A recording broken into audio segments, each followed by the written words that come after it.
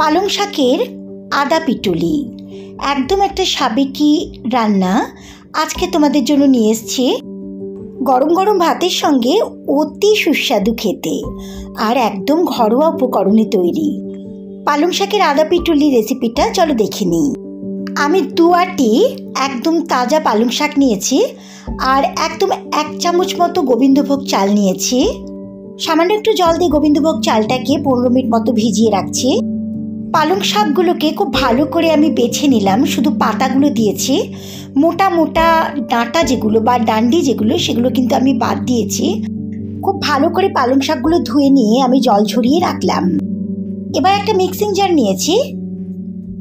Mixing জারের মধ্যে গোবিন্দভোগ চালটা জলটা ফেলে দিয়ে সেই গোবিন্দভোগ চালটা দিয়ে দিলাম আর 1 ইঞ্চি মতো আমি আদা দিলাম আর একটা কাঁচা লঙ্কা দিয়ে দিলাম। এর মধ্যে সামান্য একটু জল দিয়ে আমি খুব ভালো করে মিহি করে একটা পেস্ট তৈরি করে নেব।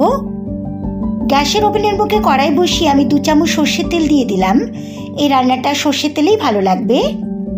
একটা খুন্তি দিয়ে গরম তেলটাকে কড়াইয়ের চারদিকে আমি লাগিয়ে নিচ্ছি। গরম তেলের মধ্যে 5টা মতো আমি বড়ি লাল লাল করে ভেজে তুলে নেব। দেখো বড়িগুলো লাল লাল করে ভেজে নিয়েছি। এবার একটা অন্য পাত্রে তেল ঝরিয়ে তুলে নিলাম। গ্যাসের ফ্লেমটাকে লোয়ে দিয়ে আমি 1/2 চামচ মতো কালো জিরে ফোড়ন দিয়ে দিলাম।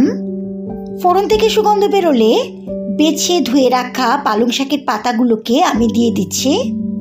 মিডিয়াম টু লো ফ্লেমে আমি পালং শাকের এই পাতাগুলোকে একটু নাড়াচাড়া করে নিচ্ছি 2 মিনিট মতো।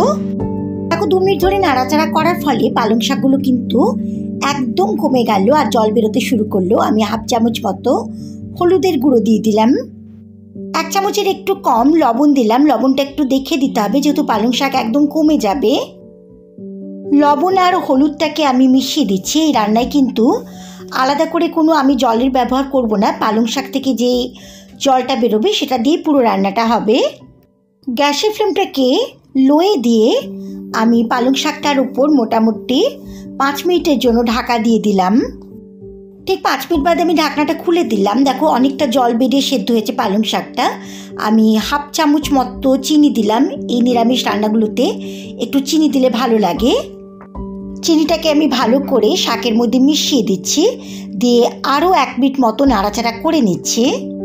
রান্নাটার একদম শেষের মুহূর্তে এই গোবিন্দভোগ চাল আর আদা আর কাঁচা লঙ্কা বাটাটা আমি দিয়ে দিচ্ছি। আর গ্যাসের ফ্লেমটা কিন্তু একদম এই সময় লোয়ে রাখবো। একদম অনবরত কিন্তু এইভাবে গোবিন্দভোগ চালটাকে শাকের মধ্যে মিশিয়ে দিতে হবে। খুন্তিটাকে একদমই থামালে চলবে না, নাহলে কিন্তু একদম শক্ত হয়ে যাবে। দেখো এইভাবে গোবিন্দভোগ চাল বাটাটাকে আমি আস্তে আস্তে পুরো পালং শাকের মধ্যে মিশিয়ে দিচ্ছি। দেখো আস্তে আস্তে গোবিন্দভোগ চাল বাটাটা খুব সুন্দর করে শাকের মধ্যে মিশে গেছে। শাকের জলটাও কিন্তু একদম টেনে গেছে।